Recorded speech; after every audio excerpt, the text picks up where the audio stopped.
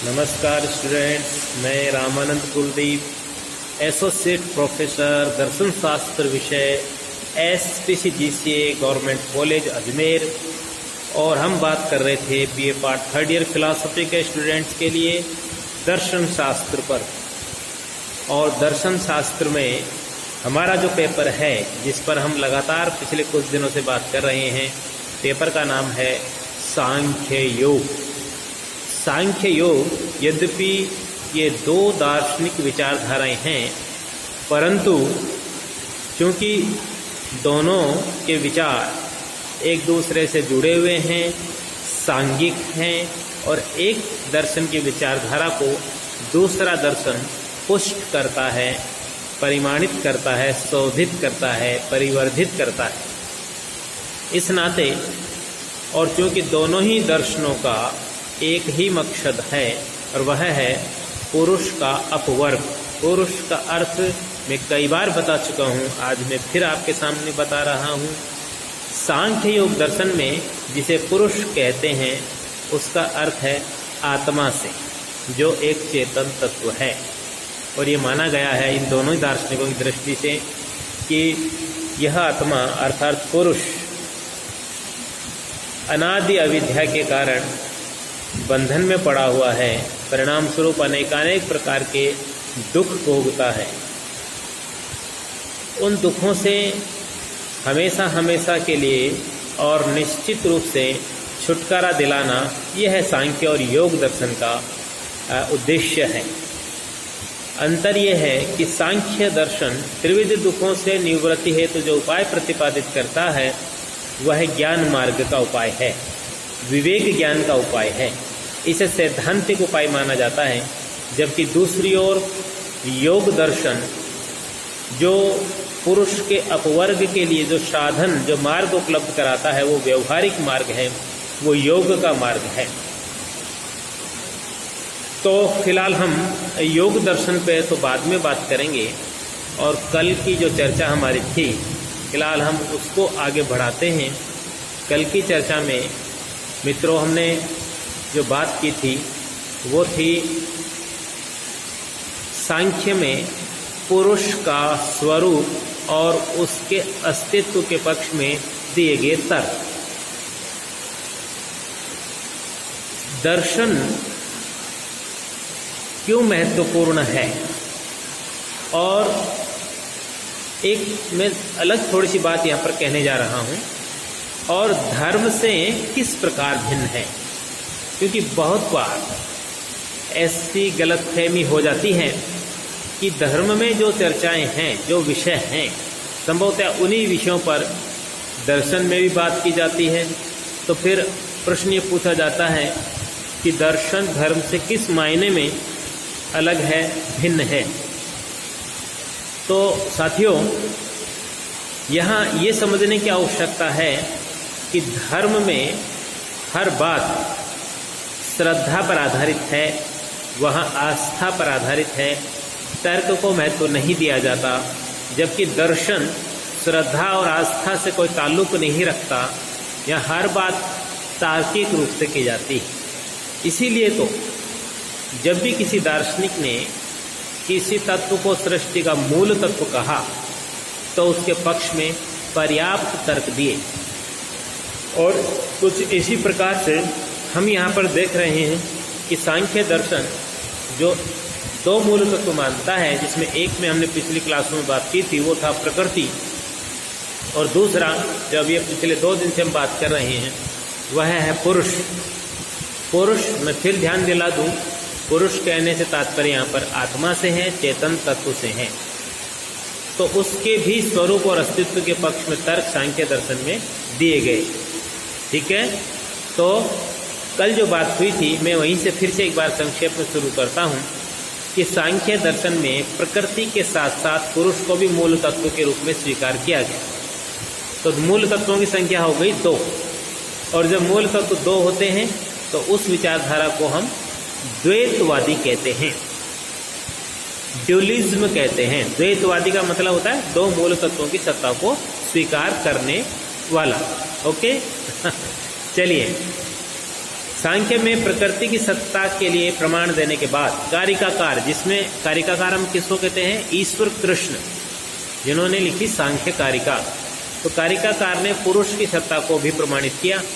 परंतु यहाँ कह देना यह ठीक होगा कि जैसे हमने वहाँ बात की थी कि प्रकृति के अस्तित्व के पक्ष में जो तर्क दिए गए थे वो व्यक्त प्रकृति के संदर्भ में थे, उसी भांति यहाँ पर पुरुष की सत्ता को प्रमाणित करने के लिए जो तर्क दिए जा रहे हैं वह उस पुरुष के लिए दिए जा रहे हैं जो प्रकृति के संपर्क में है, अर्थात जो बंधन युक्त है और कैवल्य को प्राप्त करने का इच्छुक है और कैवल्य को प्राप्त करता भी है। उसी पुरुष की सत्ता का स्वरूप और वर्णन यहाँ सांख्य कारिका में कारिकाकार ने किया है।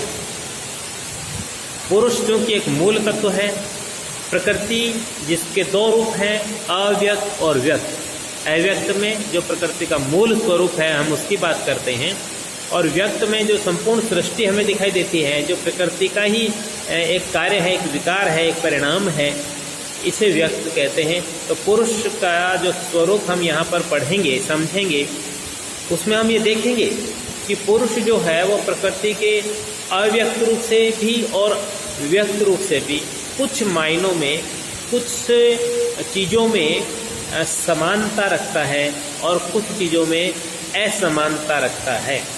तो एक बड़ी अच्छी बात जो यहाँ होने वाली है, आप सबके लिए उपयोगी है।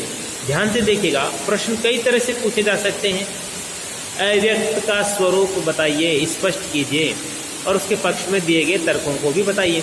तो अव्यक्त के बारे में पूछ ले, यहाँ प्रकृति शब्द का प्रयोग नहीं किया, तो जाहिर सी बात आपको ये बात समझ में आनी चाहिए कि अव्यक्त शब्द का जब प्रयोग किया गया है तो यहाँ प्रकृति की बात हो रही है। और इस तरह यदि पूछ लिया जाए कि व्यक्त और अव्यक्त में क्या समानता और क्या असमानता है, तो यहाँ प्रकृति के ही दो रूपों की बात हो रही है, अव्यक्त रूप और व्यक्त रूप। प्रश्न ये भी हो सकता है कि सांख्य में प्रतिपादित जो दूसरा मूल तत्व है जिसे हम पुरुष कहते हैं, है ना, उस पुरुष की अव्यक्त और व्यक्त से क्या समानता और क्या असमानता। अब यहाँ तीन चीजें हो गई। तो अब हम जब यहाँ पुरुष के स्वरूप पर बात करेंगे तो सभी ध्यान दें कि यहाँ हम पुरुष के स्वरूप में चर्चा के साथ साथ उनके जब लक्षण और गुणों और विशिष्टताओं की बात करेंगे तो हम ये भी देखेंगे कि व्यक्त और अव्यक्त से कहाँ कहाँ पुरुष की समानता है और कहाँ कहाँ असमानता है। ओके, मेरी बात समझ में आ रही है? मैं सोचता हूँ आप यदि ध्यान से देखेंगे, समझेंगे। फिलॉसफी बहुत गूढ़ विषय है, इसको रोचक बनाने का बेहद प्रयास करने के बावजूद भी ये आपकी आंखों में नींद ला सकती है। ठीक है, तो यहाँ मैं फिलहाल जो कहना चाहता हूँ वो ये कि थोड़ा मस्ती के साथ, आनंद के साथ, और अभी मैं जो वीडियो यहाँ बना रहा हूँ इस वक्त अजमेर शहर में बहुत ही सुहावना मौसम हो रखा है। ऐसी शानदार बारिश हो रही है पिछले 1 घंटे से लगातार, और जो रूप बारिश का मैं यहाँ देख रहा हूँ, मुझे लगता है अभी अगले आधा 1 घंटे तक ये बारिश रुकने वाली नहीं है। और मैं इस मौसम को देखकर बहुत प्रफुल्लित हूँ, बहुत प्रसन्न हूँ, बहुत खुशी हो रही है मुझे, क्योंकि पिछले 1 महीने से लगातार हम इस तरह की बारिश की यहाँ पर जो है आशा कर रहे थे, जो आज है। तो मैं इसी प्रफुल्लता और प्रसन्नता के साथ आपके सामने पुरुष के बारे में बात करने वाला हूँ। तो मैं चाहता हूँ कि आप भी जब मेरा ये वीडियो देखें तो बिल्कुल आनंद के साथ देखें, इसी मानसिकता के साथ देखें, इसी मनोवृत्ति के साथ देखें कि पूरा प्रकृति का जो पूरा वातावरण है बड़ा उल्लासमय और आनंदमय हो रखा है। ओके, चलिए, तो कल हमने बात की थी पुरुष के बारे में कि पुरुष ज्ञाता है, पहली विशिष्टता है पुरुष की। अब यहाँ जो हमने थोड़ी देर पहले जिक्र किया व्यक्त और अव्यक्त का, ठीक है, तो क्या ध्यान रखना है कि व्यक्त का मतलब है संपूर्ण सृष्टि और अव्यक्त का मतलब है प्रकृति स्वयं जो मूल रूप में है। फिलहाल तो यहाँ पर जो बात याद रखने की है वो ये कि पुरुष जो है प्रकृति के दोनों ही रूपों का, चाहे उसको व्यक्त कहें चाहे अव्यक्त कहें, दोनों ही रूपों का ज्ञाता है। और ये दोनों रूप, दोनों विषय, ये दोनों प्रकृति के लिए ज्ञेय हैं, ज्ञेय। इसको दूसरी भाषा में दूसरे शब्दों के द्वारा समझें तो पुरुष विषय है, विषयी, और प्रकृति के दोनों रूप व्यक्त और अव्यक्त विषय है, सब्जेक्ट, ठीक है ना। तो पहली विशिष्टता पुरुष के संदर्भ में हुई कि पुरुष ज्ञाता है। दूसरी, यहाँ थोड़ा सा जो मैं दूसरा लक्षण यहाँ पुरुष का बताने वाला हूँ, उस लक्षण को सुनते ही हमारे मस्तिष्क में जहाँ भी अवचेतन मन में जो पिछली क्लासों की बात पड़ी है वो बातें तुरंत उठ खड़ी होनी चाहिए, यूँ करंट लगना चाहिए उनको कि भाई हाँ ये ऐसा वहाँ हुआ था। तो क्या बात थी वो? पुरुष को हम यहाँ निस्त्रैगुण्य कह रहे हैं, त्रिगुणातीत भी कह सकते हैं। अब मैं जो बात कर रहा था कि अवचेतन मन में मनुष्य में जो चीज़ पड़ी है उसमें करंट लगना चाहिए, तो वो क्या चीज़ है अवचेतन मन में? तो वो है कि प्रकृति को, जो पुरुष का विरोधी तत्व है यानी दूसरा मूल तत्व है, उसको हमने त्रिगुणात्मिका कहा था और यहाँ पुरुष को निस्त्रैगुण्य कह रहे हैं। तो जैसा कि अभी हमने ऊपर जिक्र किया, क्या किया कि हम पुरुष के स्वरूप की चर्चा के साथ ही साथ प्रकृति के जो दो रूप हैं, अव्यक्त रूप और व्यक्त रूप, उन दोनों के साथ पुरुष की समानता और असमानता का भी जिक्र करेंगे। तो इस बिंदु की दृष्टि से जब हम पुरुष को निस्त्रैगुण्य कह रहे हैं, और साथ ही मैंने अभी जिक्र किया कि प्रकृति को हमने त्रिगुणात्मक कहा था, और वहाँ जो प्रकृति की एक दूसरी विशिष्टता थी अविवेकी, उसके संदर्भ में भी हमने बात की थी कि प्रकृति चाहे अव्यक्त रूप में रहे चाहे व्यक्त रूप में रहे, हमेशा त्रिगुणात्मिका ही होगी। प्रकृति से उत्पन्न होने वाला प्रत्येक तत्व 3 गुणों से युक्त होगा। ये बात मैं चाह रहा था कि ये करंट की तरह आनी चाहिए, ये बिल्कुल ऐसा लगना चाहिए कि ये चीज़ छूते ही वो चीज़ जाग उठी। पुरुष के निस्त्रैगुण्य वाली बात कहते ही प्रकृति की त्रिगुणात्मिका वाली बात जाग उठी, ऐसा होना चाहिए, ये मेरा आग्रह था। ठीक है, चलिए, तो हम बात कर रहे थे कि प्रकृति त्रिगुणात्मिका है और पुरुष जो है वो निस्त्रैगुण्य है, अर्थात तीनों गुणों से रहित है।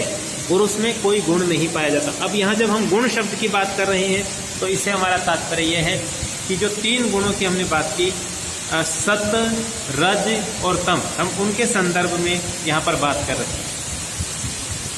साथियों, कभी कभी कुछ चीज़ों को समझने के लिए हम सकारात्मक बिंदुओं के साथ साथ नकारात्मक निषेधात्मक बिंदुओं की भी बात करते हैं। सकारात्मक और स्वीकारात्मक बिंदुओं से तात्पर्य यह है कि जो विशिष्टताएं जिस तत्व में हम बात कर रहे हैं, जो विशिष्टताएं उसमें है, उनकी बात करना सकारात्मक हो गई। और कभी कभी उस तत्व को समझने के लिए जो चीज़ उसमें नहीं है उसका भी जिक्र हम करते हैं। तो मैं यहाँ पर अगला जो गुण और विशिष्टता पुरुष की बताने वाला हूँ, मेरा गुण से फिर ध्यान दीजिएगा। जब ऊपर हमने निस्त्रैगुण्य कह दिया तो वहाँ पर निस्त्रैगुण्य कहने का अर्थ हमारा सतरजतम के संदर्भ में था, और जब हम यहाँ गुण शब्द का प्रयोग कर रहे हैं तो यहाँ इसका तात्पर्य यह है कि यहाँ विशिष्टता है, उसकी विशेषताएं हैं जिसके आधार पर हम उसके स्वरूप को जानने और समझने का प्रयास कर रहे हैं। तो इसलिए मैंने गुण शब्द का प्रयोग किया।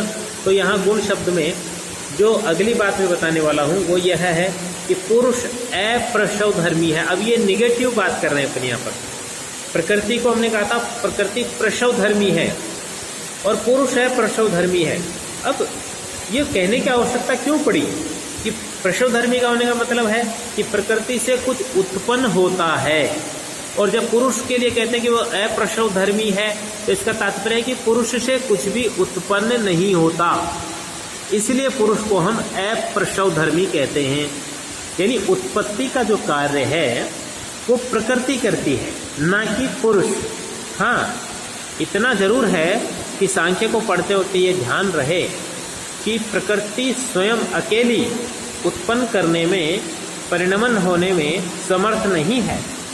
उसको उत्पन्न करने के लिए, कार्य रूप में परिवर्तित होने के लिए एक बाह्य तत्व की आवश्यकता है, और वही सत्ता, वही तत्व पुरुष है।